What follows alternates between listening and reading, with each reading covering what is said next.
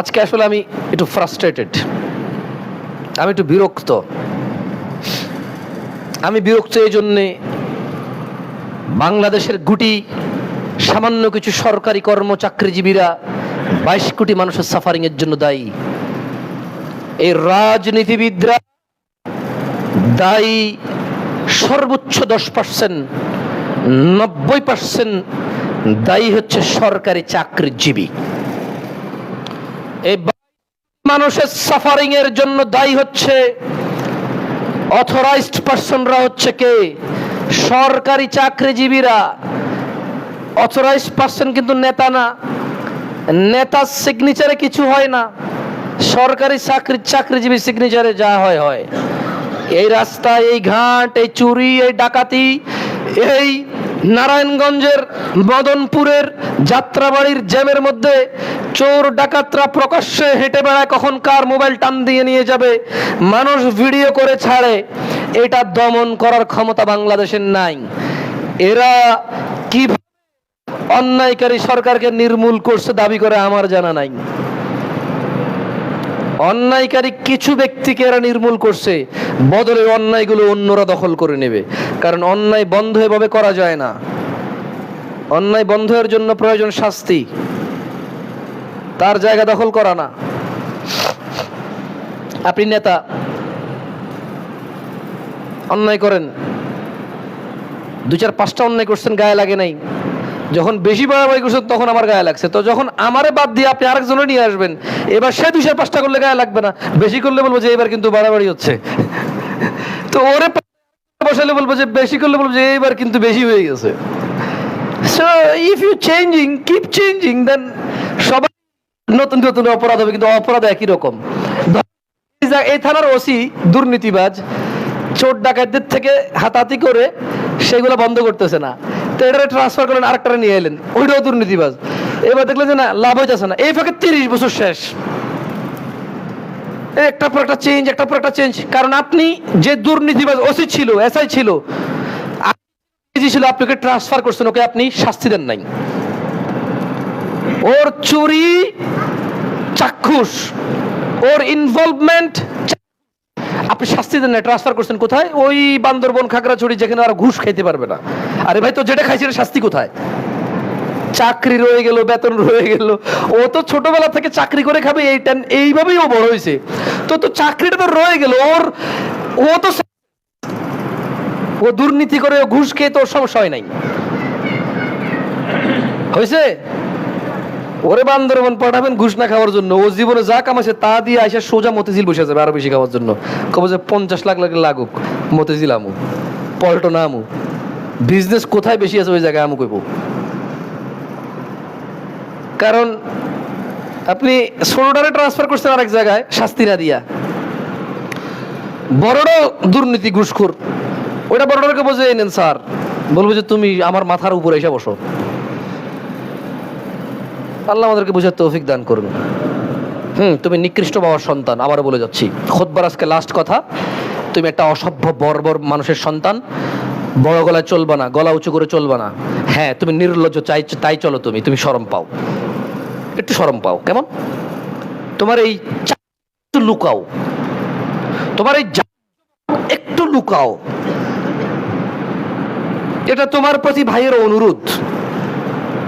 তোমার ওই 2 লাখ টাকা দামের তোমার আব্বা মানে গাড়ি, এগুলো সব ঘুষের টাকার। তুমি এটা চোরের সন্তান, তুমি এটা নির্লজ্জ সন্তান। তোমার আব্বা মানুষই না, তোমার আব্বা তোমার না, ও মানুষ। তুমি বলতে গেলে তুমি না, এটা তোমার দোষ নাই না, তোমার, কারণ তুমি নির্বাচন করতে পারো নি কার ঘরে জন্ম নিবা, বাট তুমি নির্বাচন করতে পারো কিভাবে জীবন যাপন করবা। তোমার আব্বার ওই অসৎ উপার্জন দিয়ে ফুটাঙ্গিগিরি করে চলবা না। একটু লজ্জাবোধ করো, তোমার বয়স মাত্র 22 বছর। আমি তোমাকে অনেক ভালো মনে করি, আমি মনে করি তোমার মাথায় মগজ আছে, এটা পচে যায় নাই। আমি বিশ্বাস তোমার মাথায় গোবর নাই। আমি বিশ্বাস তুমি 16 বছরের একটা মানুষ, এটা জামশেদ মজুমদার। আমি বড় ভাই, আমি বিশ্বাস করি তুমি তোমার আব্বা, আব্বার চাইতে তুমি উন্নত, তুমি সম্মানজনক কেউ। এই সমাজের মুরব্বীদের চাইতে আমি তোমাকে বেশি ভালোবাসি, কারণ তোমার ভিতরে এখনো আত্মমর্যাদা বোধ আছে। অপরাধকে তোমার অপরাধ, শুধু একটু তোমার এই চাকচিক্য, তোমার এই আলিশান চলাফেরা, তোমার এই গোপন করো, মুক্ত তোমার। এটা আমার লজ্জা করো। ও লজ্জা করবা না তো অপমান হওয়ার জন্য অপেক্ষা করো। আজকে আমি জামশেদ মজুমদার বলেছি এই খুতবায়, কালকে অন্য কেউ বলবে না। এখনো সবাই পিছিয়ে বলে, আমি সামনে বলছি। তুমি পৃথিবীর কোন পরিস্থিতি তৈরি করবা করো, আমি জামশেদ মজুমদার তোমাকে বলবো তুমি চোরের সন্তান, নিকৃষ্ট মানুষের সন্তান, বর্বর। তোমার আব্বা মানুষের ইজ্জত সম্মান নষ্ট করে টাকা কামাইছে, তোমার আব্বা নিরপরাধীকে অপরাধী বানিয়ে টাকা কামাইছে, তোমার আব্বা রাস্তাঘাটে জ্যাম, তোমার আব্বা বাংলাদেশে চুরি ডাকাতি হচ্ছে, তোমার বাঁচাই দিচ্ছে, তোমার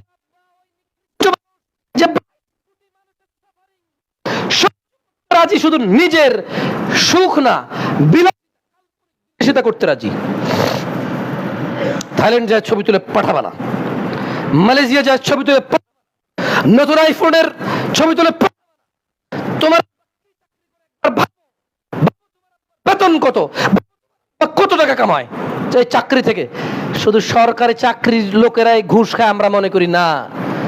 বেসরকারি কোম্পানির যারা প্রকিউরমেন্টে আছে, বেসরকারি কোম্পানির যারা মানে এফআইআরসে আছে, প্রত্যেক ব্যক্তি বিক্রি হয়ে আছে। ভুল কন্ট্রাক্ট, ভুল মানুষ থেকে নির্বাচন, নিজের কমিশন। সরকারি চাকরিজীবী যদি বাড়তি টাকা নেয় আমরা বলি ঘুষ, ঠিক না? বেসরকারি লোকজন কয় কমিশন। চা নাস্তার টাকা, ফকিন্দির পোলা তোর বাবা চা নাস্তার টাকা না, তুই আইফোন দেখে খরচ করে। এই মানুষের কাছে চা নাস্তার টাকা খুঁজে। আস্তাগফিরুল্লাহ, দুঃখিত, একজন খতিবের ভাষা এরকম হওয়া উচিত না, বাট কিছু বললাম না, যাও, আর কিছু বললাম না। তুমি বুঝছো তোমার আব্বা চা নাস্তা টাকা খুঁজে মানুষের কাছে, তুমি বুঝছো? তুমি এগুলো দেখাবা না, তোমার এইসব এই চলাফেরা দেখাবা না, খবরদার। কেউ কিছু বলে না, ওর শরীরে পানি পুজ রক্ত যাইতো, ও তো মানুষ না, ও এরকম মানুষ, আবর্জনা সমাজের, এই জন্য তোমার কিছু বলে না। সো আবর্জনার নেতা তুমি, আবর্জনার বড় লোক তুমি, বুঝছো না? বুঝো নাই? তুমি পয়সাওয়ালা, কারণ তুমি আবর্জনার মধ্যে আছো। সো তোমার গায়ে আশপাশে আবর্জনা লেগে আছে। সো মাছি আর মশা যদি বলে যে আমি উঠতে পারি, যাই কি আসে, এভাবে থাপ্পড় দিলে মারা যায় মানুষ, বুঝো নাই? মশা মাছি হয়ে উঠতে পারলে কি লাভ? বড়াই করার দরকার নেই, মশা বড়াই করলে হবে যে আমি উঠতে পারি, তুই উঠতে পারছ না। মানুষ, আল্লাহ মানুষকে বলেছে ওয়ালাকাদ কাররামনা বানি আদম, আমি আল্লাহ আদম সন্তানকে সম্মানিত করেছি, মশা মাছিকে না। তুমি বুঝছো? আল্লাহ তোমাকে বোঝার তৌফিক দান করুন ভাই আমার। আসি রোজায় ফিরে এসে আজকের খুতবা শেষ করি। দেখুন, দুষ্টামি করেও তো আপনারা বলেন রোজায় আল্লাহ শয়তান বাইন্দা রাখছে।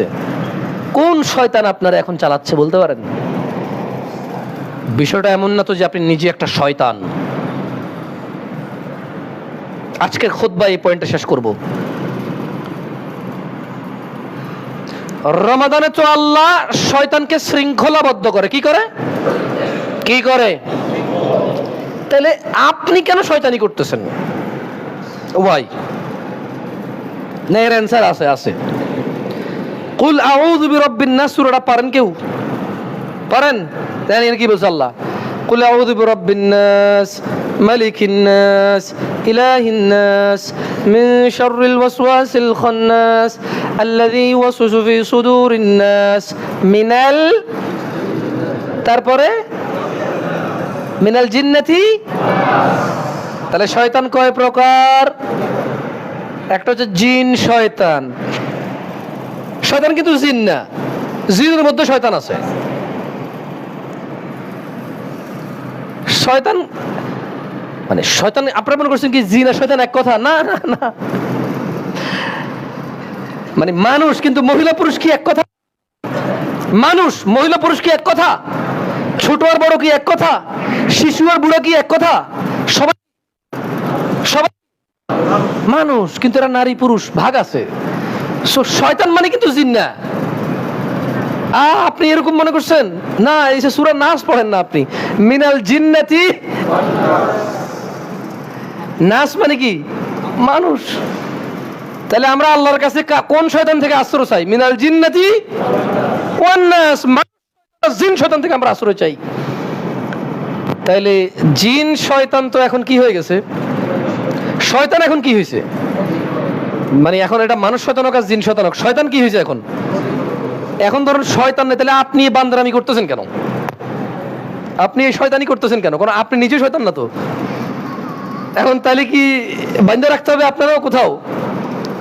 দেশ ভালো হওয়ার জন্য, জনগণ ভালো হওয়ার জন্য, সমাজ ভালো হওয়ার জন্য, রাষ্ট্র ভালো হওয়ার জন্য, পরিবার ভালো হওয়ার জন্য, ব্যক্তি ভালো হওয়ার জন্য বেঁধে রাখা সম্ভব আপনাকে? বলেন। আপনার বাপ অমুক নেতার বন্ধু, আপনার বড় ভাই অমুক সরকারি চাকরির অমুক অফিসার, বলেন আপনার বেঁধে রাখা কি সম্ভব? কে বানবে? কোন আপনার বানবে কে?